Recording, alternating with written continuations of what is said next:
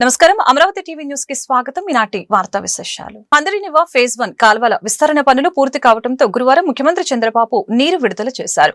జలహారతి ఇచ్చి నంద్యాల జిల్లా నందికొట్కూరు మండలం మాల్యాల పంపింగ్ స్టేషన్ లో 2 మోటార్లను ఆన్ చేశారు. నీటి విడుదలతో రాయలసీమకు తాగు సాగునీటి కష్టాలు తీరనున్నాయి. 12 ఏళ్ల తర్వాత సీమకు 40 టీఎంసీల నీరు అందుబాటులోకి వచ్చింది. జల వనరుల శాఖ ఏర్పాటు చేసిన ఛాయాచిత్ర ప్రదర్శనను సీఎం తిలకించారు. ప్రాజెక్టు అలైన్మెంట్, ఆయకట్టు, కృష్ణా రివర్ బేసిన్ మ్యాప్లను పరిశీలించడం జరిగింది. పంపింగ్ స్టేషన్ వ్యూ పాయింట్ నుంచి నీటి విడుదలను వీక్షించారు. నీటిపారుదల శాఖ మంత్రి నిమ్మల రామానాయుడు, ఆర్థిక మంత్రి పయ్యావుల కేశవ్, ఎంపీ బైరెడ్డి శబరి, ఇరిగేషన్ ఉన్నతాధికారులు కార్యక్రమంలో పాల్గొన్నారు. కాలువలు వెడల్పు చేయకపోతే చివరి భూములకు నీళ్లు పోవనే ఉద్దేశంతో 3,890 కోట్ల రూపాయలు శాంక్షన్ చేసి 100 రోజుల్లో పనులు పూర్తి చేసి ఈరోజు పంపులు ఆన్ చేశాను. 10-15 రోజుల్లో చివరి వరకు నీళ్లిచ్చి అన్ని చెరువులు నింపే బాధ్యత నేను తీసుకుంటానని చెప్పి మీ అందరికీ హామీ ఇస్తున్నా. చాలా మంది అన్నారు ఈ తక్కువ సమయంలో మేము చేయలేమంటే, కాదు చేసి తీరాలని. ఈరోజు 3,850 క్యూసెక్స్ ఆఫ్ వాటర్ అంటే దగ్గర 4 టీఎంసీ నీళ్లు ఈ కాలువ ద్వారా తీసుకుపోయే పరిస్థితి వస్తుంది. అది ఒక చరిత్ర అని చెప్పి కూడా నేను మీకు తెలియజేసుకుంటున్నా. నాకెప్పుడు కూడా సవాళ్లు తీసుకోవడం కొత్త కాదు. ఒక పని అనుకుంటే ఎందుకు కాదో ఒక సవాలుగా తీసుకుని ఆ పని చేసే వరకు నిద్రపోకుండా పనిచేయడం నా లక్షణం అని చెప్పి మరొకసారి తెలియజేస్తున్నా. ఇక్కడ రైతులు బాగుపడాలి, రైతుల పిల్లలు బాగుపడాలి, మీ జీవితాల్లో మార్పు రావాలని మనం ముందుకు పోయే పరిస్థితికి వచ్చాం. ఉమ్మడి కర్నూలు, అనంతపూర్, కడప, చిత్తూరులో 6 లక్షల ఎకరాలకు నీళ్లిచ్చి 33 లక్షల మందికి నీళ్లిచ్చే సౌకర్యాన్ని కల్పించామంటే ఇది నా జీవితంలో మర్చిపోలేని రోజుని మరొకసారి మీ అందరికీ విజ్ఞప్తి చేస్తున్నా. ఒక కళ నెరవేర్చాం. ఆ కళ కనింది ఎన్టీఆర్ అయితే దాన్ని నెరవేర్చిన పార్టీ తెలుగుదేశం పార్టీ అని మరొకసారి మీ అందరికీ విజ్ఞప్తి చేస్తున్నా. 14-19 5 సంవత్సరాల్లో 12,500 కోట్ల రూపాయలు రాయలసీమ ప్రాజెక్టుకి ఖర్చు పెట్టిన పార్టీ తెలుగుదేశం పార్టీ అని చెప్పి మీకు తెలియజేస్తున్నా. రాయలసీమ గురించి మాట్లాడతారు, కులాలని రెచ్చగొడతారు, మతాలని రెచ్చగొడతారు. నేను అడుగుతున్నా, మీరు 5 ఏళ్లుంటే కనీసం 2,000 కోట్ల రూపాయలు ఖర్చు పెట్టాలని మనస్సు మీకు రాలేదు. ఎవరు రాయలసీమకు మంచి చేశారో మీరు అర్థం చేసుకోవాల్సిన అవసరం ఉంది. టెండర్లు క్యాన్సిల్ చేశారు, చేసి గొప్పలు చెప్పారు. 2,000 కాదు, 3,800 కాదు, నేను 10,000 క్యూసెక్లు తీసుకెళ్తానని చెప్పి మాట్లాడి తమ్ముళ్ళు 10 పైసలు ఖర్చు పెట్టిన వాళ్ళని ఏమనాలని నేను అడుగుతున్నా. ఏపీ మంత్రి లోకేష్ పై అనవసరంగా మాట తూలితే తాట తీస్తామని వైసీపీ నేతలను ఎమ్మెల్సీ భూమిరెడ్డి రామ్గోపాల్ రెడ్డి హెచ్చరించారు. లోకేష్ ప్రజల నుంచి వచ్చిన నాయకుడని, 2019 నుంచి 24 మధ్య కాలంలో ఆయన రాష్ట్ర ప్రజల మధ్యనే ఉన్నారని చెప్పారు. లోకేష్ రాజకీయానికి జగన్ విలవిలలాడుతున్నారని ఎద్దేవా చేశారు. అలాగనే జగన్ మతి భ్రమించి అధికారుల్ని బెదిరిస్తున్నారని చురకలంటించారు. గత కొన్ని రోజులుగా వైకాపా అధ్యక్షుడు మన శాసనసభ్యుడు జగన్మోహన్ రెడ్డి గారు కానీ ఇటీవల ఆ పార్టీలో కొత్త బిచ్చగాళ్ళుగా చేరడం జరిగింది. సతీష్ కుమార్ రెడ్డి, రమేష్ కుమార్ రెడ్డిలు వాళ్ళ స్థాయి మరిచి లోకేష్ బాబు గారిని అనరాని మాటలంటూ సభ్య సమాజం తలదించుకునే మాటలు మాట్లాడడం జరుగుతోంది. ఈరోజు జగన్మోహన్ రెడ్డి గారు మంచివాడు, లోకేష్ బాబు గారి అంతు చూస్తామని చెప్పి చెప్తాను. 2019-24 మధ్య కాలంలో కూడా జగన్మోహన్ రెడ్డి గారు ముఖ్యమంత్రిగా ఉన్నారు. ఎక్కడికి లోకేష్ బాబు గారు ఎక్కడ పారిపోలేదే. సింగపూర్కు పోలే, అమెరికాకు పోలే, లండన్కు పోలేదు, లేకపోతే కనుక మలేషియాకు పోలేదు, ఎక్కడ పారిపోలేదే. ఈ రాష్ట్రంలో ఉండి లోకేష్ బాబు గారు ధీటుగా ఆ రోజుండి అధికార పార్టీకి ఎదురెడ్డి పోరాడి తెలుగుదేశం పార్టీని అధికారంలోకి తీసుకొని రావడంలో రాయలసీమలో అరాచకం సృష్టించాలని మాజీ సీఎం జగన్ చూస్తున్నారని ఏపీ ఆర్థిక మంత్రి పయ్యావుల కేశవ్ అన్నారు. మన జీవితాల్లో వెలుగులు నింపేందుకు సీఎం చంద్రబాబు కృషి చేస్తున్నారని చెప్పారు. బనకచర్లపై జగన్ మాటలను చరిత్ర క్షమించదని అన్నారు. నంద్యాల జిల్లా మాల్కాల పంపింగ్ స్టేషన్ వద్ద హందరినివా కాల్వకు సీఎం చంద్రబాబు నీటిని విడుదల చేశారు. ఈ సందర్భంగా నిర్వహించిన కార్యక్రమంలో పయ్యావుల మాట్లాడారు. కేవలం 100 రోజుల్లోని హందరినివా కాల్వ సామర్థ్యాన్ని 12 పంపులకు పెంచాం. వైసీపీ హయాంలో గంప మట్టి కూడా తీయలేని పరిస్థితి నెలకొంది. జగన్ మళ్లీ పాలెగాళ్ల సంస్కృతిని ప్రోత్సహిస్తున్నారు. రాయలసీమను అభివృద్ధి చేసింది మా పార్టీయే. మీ వైపు ఎంతమంది మారినా మా వైపు ఒకే నాయకుడు ఉన్నారు. వైసీపీ నేతలు రౌడీ రాజకీయాలు చేస్తున్నారని పయ్యావుల కేశవ్ విమర్శించారు. చూస్తుంటారు, ఎగిరిపోతాడు చంద్రబాబు నాయుడు అన్నాడు. నీచమైనటువంటి భాష. జగన్మోహన్ రెడ్డి విను, ఎగిరిపోయేది చంద్రబాబు నాయుడు కాదు, ఎదిగిపోయేవాడు చంద్రబాబు నాయుడు అనేటువంటిది ఈ సందర్భంగా గుర్తు చేస్తున్నా. గల్లీ నుంచి ఢిల్లీ వరకు ఇవాళ ఎదిగింది చంద్రబాబు నాయుడు అని చెప్తున్నా. రోజు రోజుకి గంట గంటకి ఇక దిగజారడానికి అంతే లేదన్నట్టుగా దిగజారుతున్నది నువ్వు అనేటువంటిది గుర్తు చేస్తా ఉన్నా. ఒకవైపు రాయలసీమ ద్రోహిగా మిగిలిపోతున్నావు, మరోవైపు ఈ రాష్ట్ర ప్రజానీకానికి నువ్వు ఒక పాలెగాడిగా తయారైతున్నావు. అరాచకం, అశాంతి రప్ప రప్ప నరుకుతానంటే అది పాలెగాళ్ల సంస్కృతి అనేటువంటిది నేను చెప్తా ఉన్నా. మరోవైపు నీళ్ళు ఎట్లా ఇవ్వాలనేటువంటి ఆలోచించే నాయకుడు జగన్మోహన్ రెడ్డి గారికి గుర్తు చేస్తా ఉన్నా. ఇట్లానే 2009లో ఓ పెద్ద మనిషి మాట్లాడాడు, నిన్ను ఫినిష్ చేస్తానన్నాడు. ఫినిష్ చేస్తానన్నటువంటి పార్టీ ఏమైంది, ఫినిష్ చేస్తానన్న నాయకుడు ఏమయ్యాడు అనేటువంటిది ఈ సందర్భంగా నేను గుర్తు చేయదలుచుకున్నా. నాయకులు అటువైపు మారారు, ఇటువైపు మారలేదు. 78లో అంజయ్య గారు ముఖ్యమంత్రి, జనార్దన్ రెడ్డి గారు ముఖ్యమంత్రి, కోట్ల సూర్యప్రకాష్ రెడ్డి గారు ముఖ్యమంత్రి, నేదురుమల్లి జనార్దన్ రెడ్డి గారు, రాజశేఖర్ రెడ్డి గారు, రోషయ్య గారు, కిరణ్ కుమార్ రెడ్డి గారు, ఆ జగన్మోహన్ రెడ్డి గారు. ప్లేయర్లు అటువైపు మారారు, ఇక్కడ ప్లేయర్ ఒక్కడే. ఆ ప్లేయర్ ఎట్లాంటోడు అనంటే కోడి కత్తికి గులకరాయికి హత్యాయత్నం అని చెప్పుకునే మనిషి కాదు. 17 క్లెమర్ మైన్లను కొడితే గుండె దిటువుగా లేచి నిలబడి షర్టు సర్దుకుని నడుచుకుంటూ వెళ్ళినటువంటి నాయకుడు ఇటువైపు ఉన్నాడు. ఎవరు ఎగిరిపోతారో చరిత్ర చూస్తుంది, ఎవరు ఎదిగిపోతారో ఈ చరిత్ర తేలుస్తుంది అనేటువంటిది ఈ సందర్భంగా చెప్పగలుగుతా ఉన్నా. స్వచ్ఛ సర్వేక్షణ్ సూపర్ లీగ్ సిటీ అవార్డుని గుంటూరు నగర మేయర్ కోవెలమూడి రవీంద్ర అందుకున్నారు. గుంటూరు నగరపాలక సంస్థకు స్వచ్ఛ సూపర్ లీగ్ సిటీ అవార్డును కేంద్ర ప్రభుత్వం ప్రకటించిన సంగతి తెలిసిందే. ఢిల్లీలో జరిగిన కార్యక్రమంలో ఆంధ్రప్రదేశ్ రాష్ట్ర మున్సిపల్ శాఖ మంత్రి నారాయణ, నగర మేయర్ కోవెలమూడి రవీంద్ర, రాష్ట్ర స్వచ్ఛాంధ్ర కార్పొరేషన్ చైర్మన్ పట్టాభిరాములు భారత రాష్ట్రపతి ద్రౌపది ముర్ము చేతుల మీదుగా అవార్డు అందుకున్నారు.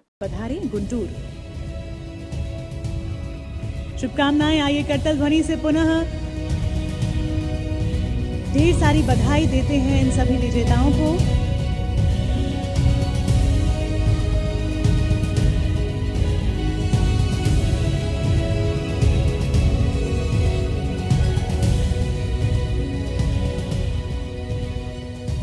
लीग की तीसरी श्रेणी थर्ड कैटेगरी में 50,000 से लेकर 3 लाख तक जनसंख्या वाले शहर शामिल हैं। तो आइए अब हम आमंत्रित करते हैं न्यू दिल्ली म्युनिसिपल कॉर्पोरेशन की टीम को। कृपया मन తల్లిదండ్రులు లేని పిల్లలకు ఉపకార వేతనం ద్వారా విద్యను అందిస్తున్నట్లు సాయిరాం తెలిపారు. పెద్ద పలకలూరులో ఏరువ కోటిరెడ్డి మెమోరియల్ ట్రస్ట్ ద్వారా పేద విద్యార్థులకి చెక్కులను పంపిణీ చేసినట్లు సాయిరాం తెలిపారు. జిల్లా వ్యాప్తంగా 1525 మంది విద్యార్థులకు 45 లక్షల రూపాయలు అందించినట్లు తెలిపారు. తన బాల్యంలో ఉపకార వేతనం ద్వారా చదువుకొని ఈ స్థాయికి ఎదిగానని అన్నారు. తల్లిదండ్రులు లేని పిల్లలను గుర్తించి మధ్యలో వారి చదువు ఆగిపోకుండా ఏరువా కోటిరెడ్డి మెమోరియల్ ట్రస్ట్ ద్వారా చేయూతనిస్తున్నట్లు ఈ సందర్భంగా తెలియజేశారు. పోలూరు వెంకటరెడ్డి మాట్లాడుతూ సాయిరామును ఆదర్శంగా తీసుకుని జీవితంలో ఎదగాలని, పేద విద్యార్థులకు ఆర్థికంగా అండగా నిలవాలని కోరారు.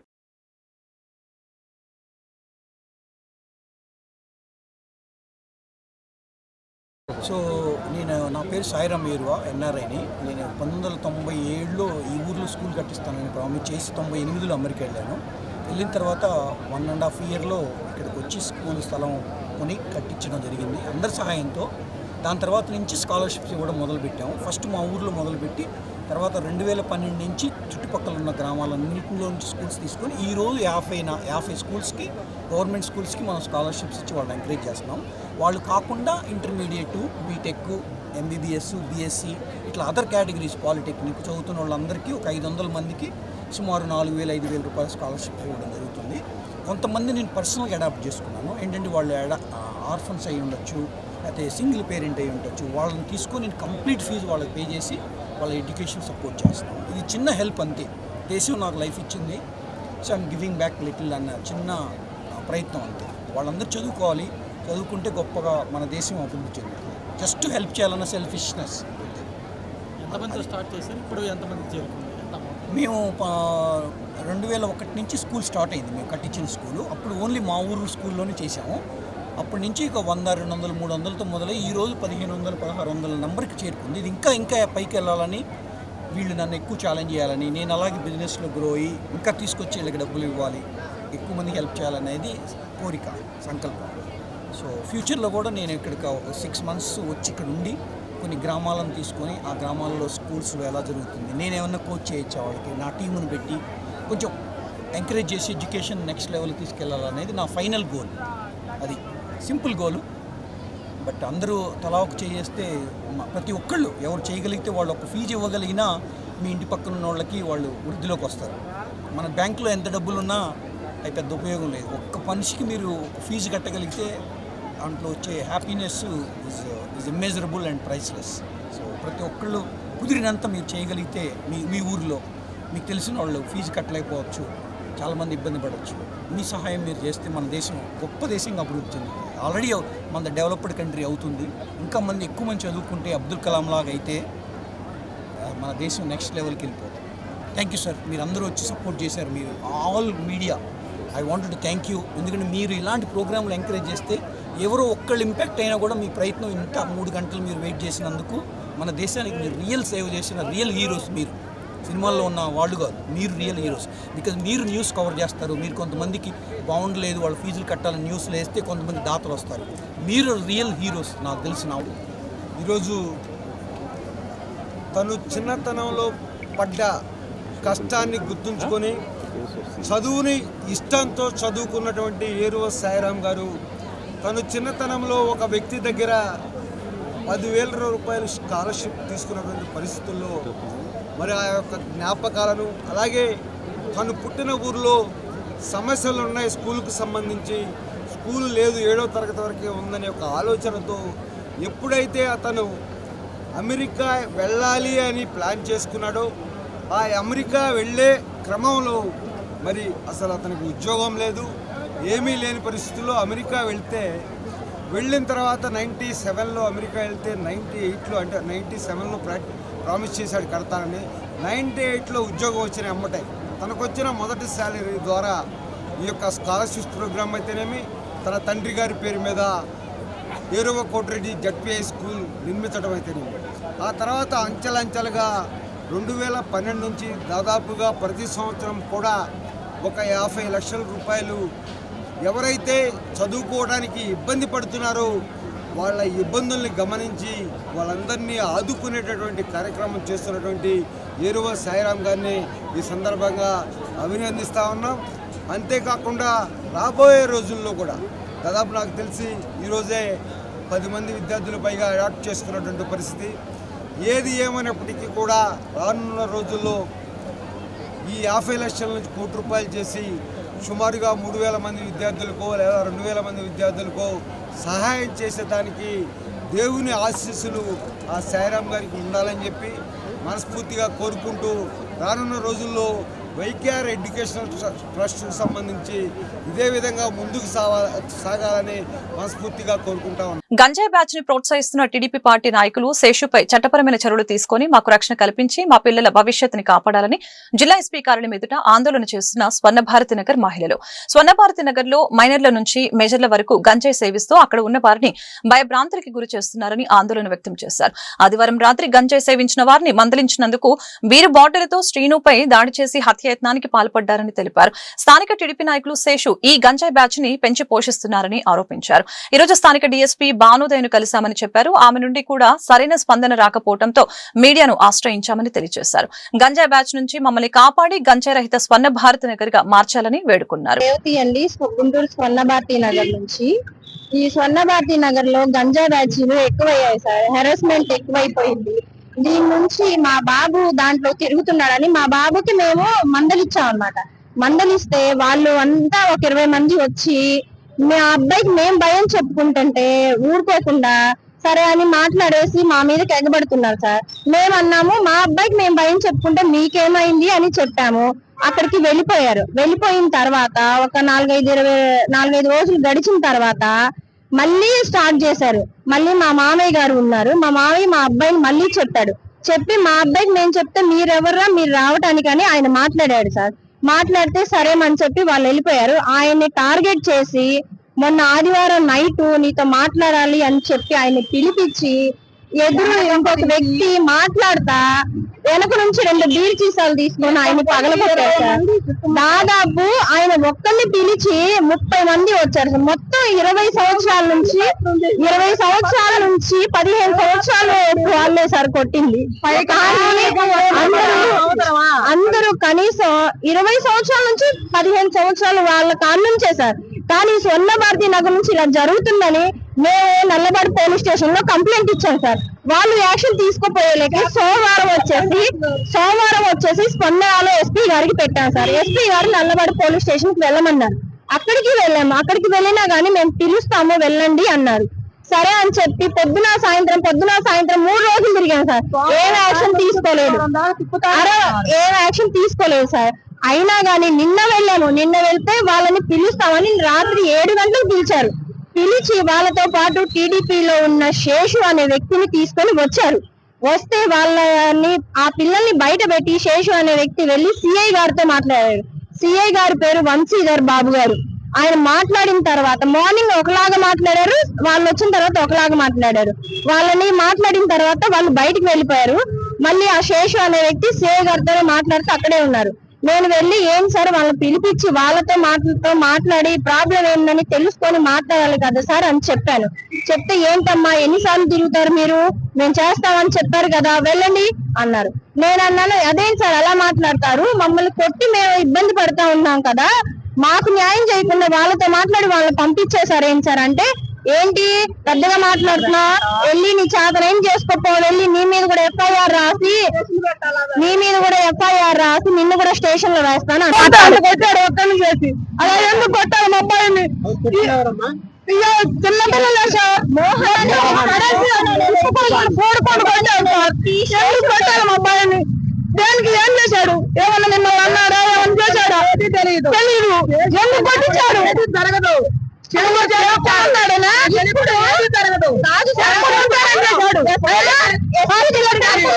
గుంటూరు అరండల్పేట 4వ లైన్ లో నూతనంగా ఏర్పాటు చేసిన రోజ్ కేఫ్ రెస్టారెంట్ ని గుంటూరు పశ్చిమ ఎమ్మెల్యే గల్లా మాధవి గురువారం ప్రారంభించారు. ఈ సందర్భంగా రెస్టారెంట్ యాజమాన్యానికి శుభాకాంక్షలు తెలిపారు. వినియోగదారుల ఆదరాభిమానాలతో రోజ్ కేఫ్ రెస్టారెంట్ వ్యాపార అభివృద్ధి సాధించాలని ఆకాంక్షించారు. అలాగే గుంటూరు నగర వాసులకు పసందైన బిర్యానీ రుచులు అందించాలని కోరారు. ఈ కార్యక్రమంలో రోజ్ కేఫ్ రెస్టారెంట్ నిర్వాహకులు హసీం, పాండు తదితరులు పాల్గొన్నారు. ఈ రోజు అరండల్పేట 4/2 రోజ్ కేఫ్ లో ఉన్నాము. ఇది ఒక complete family restaurant, multi cuisine restaurant ఈ రోజు ఓపెన్ చేసుకోవడం జరిగింది. ఆశ్రిత్ గారు దీన్ని వాళ్ళ ఫ్యామిలీ అందరితో కలిసి దీన్ని నిర్వహిస్తా ఉన్నారు. అత్యంత తక్కువ ధరలకి క్వాలిటీ ఫుడ్ ని ఇక్కడ ఏర్పాటు చేస్తూ, అదే విధంగా కంప్లీట్ రెస్టారెంట్ థీమ్ కూడా ఒక థీమ్ ఫుల్ గా చాలా కలర్ఫుల్ గా ఏర్పాటు చేయడం జరిగింది. ఇప్పుడున్న సొసైటీలో చాలా వినూత్నంగా ఉండి ఎక్కడైనా స్పెషల్ గా ఉంటే అక్కడికి వెళ్లే ప్రయత్నం చేస్తా ఉన్నారు. అదే విధంగా ఆ కాన్సెప్ట్ ని వీళ్ళు ఆ ఐడియాని గ్రాప్ చేసుకొని రెస్టారెంట్ లో ఒక 6 థీమ్స్ ని ఏర్పాటు చేయడం జరిగింది. ఒక్కొక్క థీమ్ కి ఒక్కొక్క సిట్టింగ్ అండ్ ఒక్కొక్క డెకరేషన్ తో వాళ్ళు ఏర్పాటు చేయడం జరిగింది. చాలా కలర్ఫుల్ గా అండ్ అట్రాక్టివ్ గా ఉంది. అందరూ వచ్చి సరదాగా ఫ్యామిలీతో గడిపే ఒక ప్లేస్ లాగా దాన్ని చక్కగా దీన్ని డిజైన్ చేయడం జరిగింది. సో అందరూ కూడా మన రోజ్ కేఫ్ కి వచ్చి అందరూ హ్యాపీగా వాళ్ళ ఫ్యామిలీతో ఒక మంచి ఫుడ్ ని ఎంజాయ్ చేసే ఒక ప్లేస్ గా రోజ్ కేఫ్ ఎదగాలని కోరుకుంటూ, అదే విధంగా యాజమాన్యానికి దీన్ని నిర్వహించే వాళ్ళందరికీ కూడా నా శుభాకాంక్షలు చెప్తూ సెలవు. గుంటూరు ప్రజలందరికీ నమస్కారం. ఈ రోజు అరండల్పేట 4/2 రోజ్ కెఫే అనే మల్టీ క్యూజన్ రెస్టారెంట్ ఓపెన్ చేశాము. ఇక్కడ అన్ని మల్టీ క్యూజన్ లో మొత్తం biryanis, Chinese, tandoori, continental, ice creams, mojitos అన్ని అవైలబుల్ లో ఉంటాయి. ఈ రోజ్ కెఫే రెస్టారెంట్ ప్రత్యేకత ఏంటంటే మేము చాలా యూనిక్ కాన్సెప్ట్ తో డిజైన్ చేసాము. ఎక్కడ గుంటూరులో ఎక్కడా లేదు అలాంటి అంబియన్స్ క్రియేట్ చేసాము. అదేవిధంగా ఫుడ్ క్వాలిటీ అండ్ హైజీన్ కూడా ఇస్తాము. యాంటీ మైక్రోబ్రియల్ రెసిస్టెన్స్ పై రాష్ట్ర ఐఎంఏ అండ్ సిఐడిఎస్ సంయుక్తంగా నిర్వహిస్తున్న సిఎంఈ కార్యక్రమం ఈ నెల 20వ తేదీ గుంటూరు వైద్య కళాశాల జింకానా ఆడిటోరియంలో జరుగుతుందని ఐఎంఏ రాష్ట్ర అధ్యక్షులు డాక్టర్ జి నందకిషోర్ తెలిపారు. వైద్యులందరూ కూడా యాంటీ మైక్రోబియల్ రెసిస్టెన్స్ పై దృష్టి సారించి ప్రజారోగ్యాన్ని కాపాడాలని విజ్ఞప్తి చేశారు. గురువారం ఏర్పాటు చేసిన మీడియా సమావేశంలో ఆయన మాట్లాడారు. ఈ కార్యక్రమానికి రాష్ట్ర వైద్య ఆరోగ్య శాఖ మంత్రి సత్యకుమార్ యాదవ్ ప్రారంభిస్తారని చెప్పారు. ఈ ప్రారంభోత్సవ కార్యక్రమంలో Andhra Pradesh medical council chairman doctor D Sriharirao, ప్రముఖ physician doctor Sunitha Narreddy, AMR committee chairman doctor PS Sharma, Guntur వైద్య కళాశాల ప్రిన్సిపల్ డాక్టర్ సుందరాచారి పాల్గొంటారని పేర్కొన్నారు. సమావేశంలో ఐఎంఏ రాష్ట్ర joint secretary doctor T Sevakumar, doctor Y Subbarayudu, doctor D Amarlingeswararao, doctor B Saikrishna పాల్గొన్నారు. ఈ యాంటీబయాటిక్స్ లోకల్గా ఎట్లా పనిచేస్తున్నాయి, వాటిలో ఏ యాంటీబయాటిక్ ఏ డిసీజ్కి వాటితో బాగుంటుందనేది మనం ఒక రిపోర్ట్ తయారు చేసి ఆంధ్రప్రదేశ్ రాష్ట్ర ప్రభుత్వాలను చేయాలనేది మా యొక్క ఆలోచన. సో దీనికి మన గుంటూరు శాఖ సిట్స్ వాళ్ళు ప్రధాన భూమిక నిర్వహించుకుంటున్నారు. ఎందుకంటే వాళ్ళ యొక్క సహకారమే ఈ ప్రాజెక్ట్ని ముందుకు తీసుకెళ్ళడానికి బాధ్యత అన్నమాట. సో దీనివల్ల ఏంటంటే ఎకనామికల్ బడ్జెట్, మనం యాంటీబయాటిక్స్ కనుక పనిచేయకపోతే ప్రతిదానికి ఖరీదైన యాంటీబయాటిక్స్ వాడాల్సి వస్తాయి. మధ్యతరగతి తెలుగు తరగతి ప్రజలకే కాకుండా జీడిపి మీద కూడా కంట్రీస్ చాలా కంట్రీస్ ఉంటాయి. వాటి యొక్క జీడిపి మీద కూడా బాగా ప్రభావం చూపుతుంది. సో ఇది చాలా ఇంపార్టెంట్ ప్రాబ్లం కాబట్టి నేను మీ అందరినీ రిక్వెస్ట్ చేసేది ఏంటంటే దీనికి కొంచెం ప్రాచుర్యం కల్పించాలి. ప్రజలు మారాలి, డాక్టర్లు అందరూ కూడా మారి కేరళలో కూడా ఇలాంటి ప్రోగ్రామ్స్ చేపడితే వాళ్ళు 20% ఆఫ్ యాంటీబయాటిక్ యూసేజ్ తగ్గించగలిగారు. సో కాలక్రమేణా మేము మార్పులు తీసుకురావాలి. దానిలో మీ యొక్క సహకారం అనేది చాలా ముఖ్యమైన భూమిక నిర్వహిస్తాను. సో అందుకనే మరొకసారి మీ అందరికీ రిక్వెస్ట్ చేసేది ఏంటంటే ఈ యాంటీ మైక్రోబియల్ రెసిస్టెన్స్ అనేది మీ అందరికీ తెలిసి ఈవెన్ యానిమల్స్లో కూడా ఇండిస్క్రిమినేట్ యూజ్ ఆఫ్ యాంటీబయాటిక్స్ వాటి వల్ల రెసిస్టెన్స్ అనేది చాలా ఫాస్ట్గా డెవలప్ అవుతుంది. అందుకని మనం దీనికి ప్రజలకి అవేర్నెస్ క్రియేట్. మీ అందరికీ తెలుసు మందుల షాప్లో యాంటీబయాటిక్ అడిగితే 1 రోజుకి 2 రోజులు ఇస్తారు. సో అలాంటప్పుడు ఏం జరిగిందంటే ఆ కోర్స్ పూర్తిగా అన్నప్పుడు ఊరికే రెసిస్టెన్స్ వచ్చేస్తుంది. సో ఇలాంటివన్నీ కూడా మనం అవేర్నెస్ క్రియేట్ చేసి అవసరమైతే యాంటీబయాటిక్ వాడాలి, అది కూడా కోర్స్ వాడాలి, డాక్టర్ పర్యవేక్షణలోనే వాడాలనేది మనం. కృష్ణా జిల్లాకు చెందిన వైసీపీ నేతలతో జగన్ మాట్లాడిస్తున్నారని తెలుగుదేశం సీనియర్ నేత బుద్దా వెంకన్న ఆరోపించారు. వంశ నివాసంలో వీరంతా సమావేశమే రాష్ట్రంలో అల్లర్లు చేసేందుకు కుట్రలు చేశారని మండిపడ్డారు. రేషన్ బియ్యం బొక్కేసి స్థలాలను కబ్జా చేసిన పేర్ని నాని జగన్ డైరెక్షన్ లో నీచంగా మాట్లాడుతున్నారని దుయ్యపట్టారు. బీసీల పట్ల జగన్ చూపేది కపట ప్రేమ అని బుద్దా వెంకన్న విమర్శించారు. పేరు నాని, కొడాల నాని, అలాగే వల్లభనేని వంశీ, జోగి రమేష్ వీళ్ళందరితో జగన్మోహన్ రెడ్డి మాట్లాడి ఏదైతే రాష్ట్రానికి రాజధాని అయినటువంటి ఈ అమరావతి, విజయవాడ నగరాల్లో లా అండ్ ఆర్డర్ ప్రాబ్లం సృష్టించి పెట్టుబడులు రాకుండా చేయడానికి వల్లభనేని వంశీ జైలు నుంచి బయటకు వచ్చి వాళ్ళ ఇంట్లో మరుసటి రోజు జగన్మోహన్ రెడ్డి ఇంటికి వెళ్ళి మళ్ళీ వాళ్ళ ఇంట్లో సమావేశం అయ్యి వీళ్ళందరూ కూడా విచ్చలవిడితనంగా మాట్లాడుతున్నారు. ఈ పేరు నాని అతనే చెప్పాడు, నా భార్య జయసుధని చంద్రబాబు గారు అరెస్ట్ చేయొద్దన్నాడు, ఆయనకి ధన్యవాదాలు తెలుపుతున్నాను అని చెప్పాడు.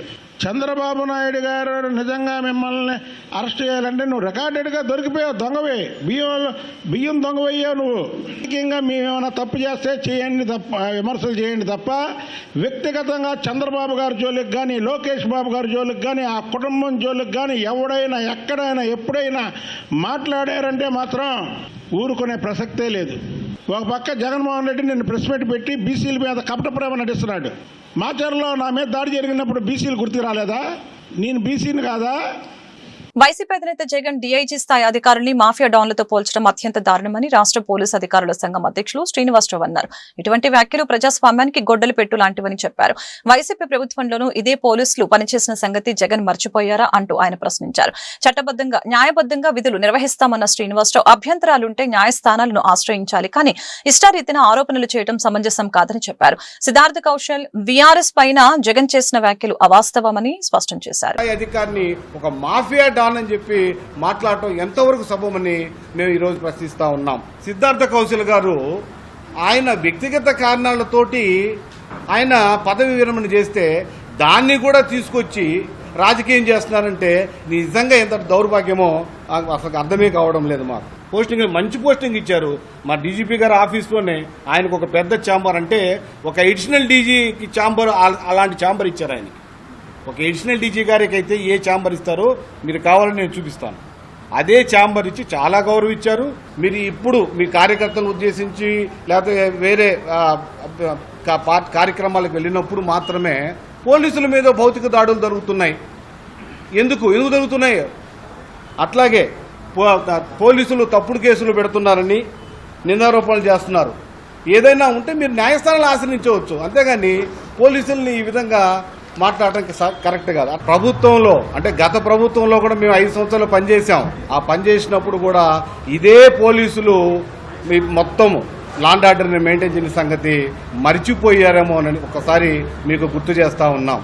ఆంధ్రప్రదేశ్ పోలీసుల్ని భారతదేశం మొత్తం ప్రశంసిస్తుంది, కానీ మీకు అది కనపడటం కూడా చాలా విచారకరం. ప్రజాస్వామ్యంలో ఏ స్థాయిలో ఉన్న అధికారైనా ఎంతటి పెద్దవాళ్ళైనా కూడా చట్టానికి అతీతులు కారని చెప్పి ఈ సందర్భంగా తెలియపరుస్తా ఉన్నాం. పోలీసులందరినీ వీఆర్లో పెట్టడం అనేది ఒక అడ్మినిస్ట్రేషన్ లో భాగమే.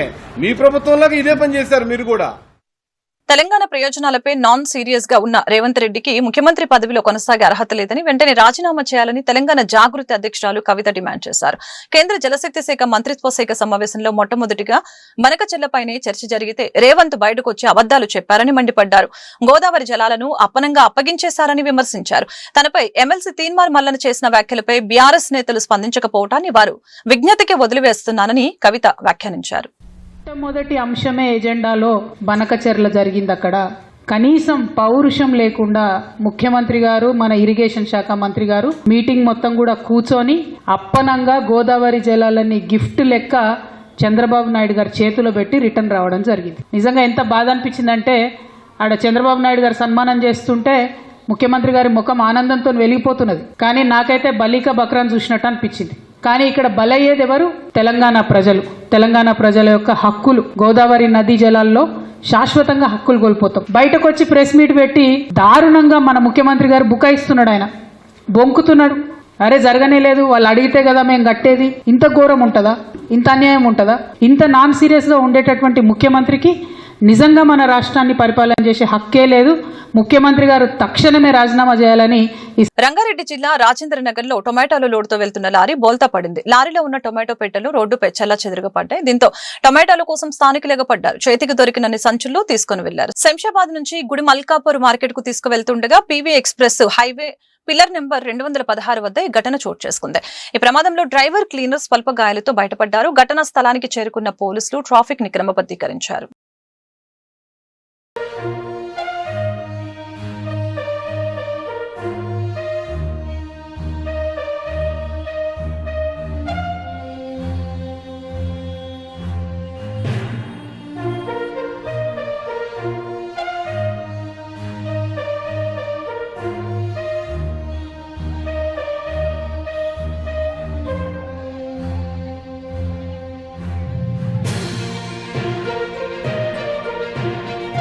ఎల్లో మీడియా చంద్రబాబు రాష్ట్ర ప్రజలను మోసం చేస్తున్నారని వైసీపీ నేత అంబటి రాంబాబు మండిపడ్డారు. పోలవరం, బనకచెర్ల మీదని 2 తెలుగు రాష్ట్రాల సీఎంల సమావేశం అంటూ ఎల్లో మీడియా చాలా రోజులుగా హడావుడి చేశాయి.